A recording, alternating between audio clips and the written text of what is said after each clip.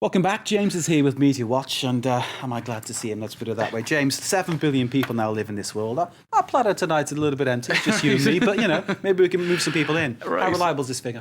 Well, let's have a look at some of the things I've been looking at online. You've got all of these counters, these websites saying, 7 billion and counting, 7 billion, 30 million, 960 or 30,000, whatever it is. So you've got all these counters, but really, how reliable are they? And in fact, that it's a UN figure. They picked a symbolic date today for the birth of the 7 billionth person on Earth, and that figure apparently has been disputed between the Philippines, between India, between Russia, and it's a little bit ridiculous because actually it's a total estimation, and that UN figure is out, but it has a margin of error of between 1 and 2%. Which translates to 6 months in time. So it could have been 6 months ago, it could be in 6 months' time.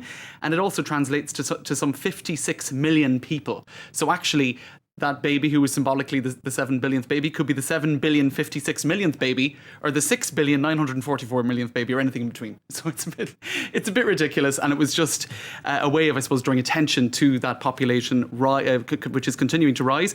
And there's been a huge amount of coverage of it in the media today. You can see this article in The Guardian saying, stemming population growth is a cheap way to limit climate change. That's one sort of angle that's out there, saying that, it's important to limit population growth through family planning, because that's actually one of the big factors in the greenhouse effect.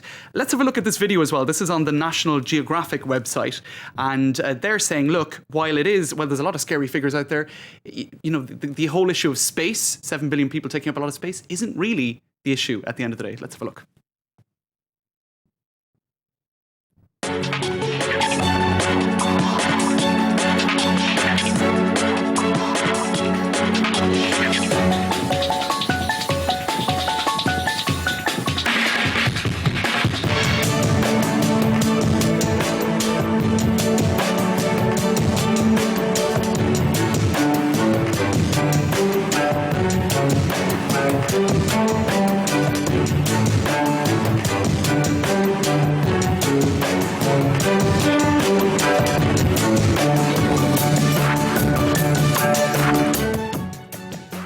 Seven billion of us would fill Los Angeles. That's quite an interesting thing. So you'd think there'd be no space for 7 billion people. Actually, condensed together doesn't take up a lot of space. It's how you divide, I suppose, the resources of the planet between those 7 billion. That's what the real issue is. That's what it boils down to, isn't it? Absolutely. Now, a lot of international organisations have been tweeting on this today, trying to bring up various aspects of this. The World Food Programme, 2 billion people using the internet, 1 billion people hungry.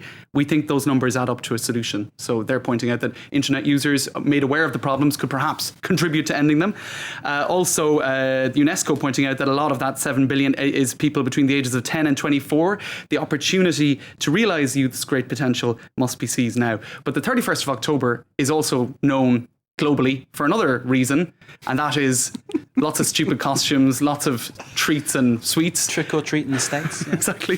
Halloween. And now look what one person has been saying as regards all that. And in this particular tweet, if I could bring it up, they're pointing out that Halloween is to take in it's going to take in $7 billion in retail in the US. That's a bizarre coincidence. The day that the population supposedly reached 7 billion. It's $1 for each of us. Right.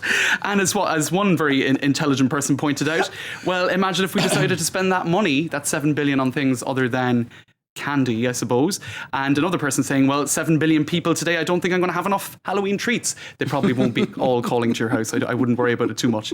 So there you go. There's a lot of comments on that particularly bizarre coincidence, I thought, of the population reaching 7 billion and also $7 billion being spent on Halloween on the same day. Okay, well, I thought you'd have been here in a Halloween outfit, but Right. Well, I'm all in black. He always looks smart, James. He always looks smart. All the time. Mark. With or without a tie. James Creedon there.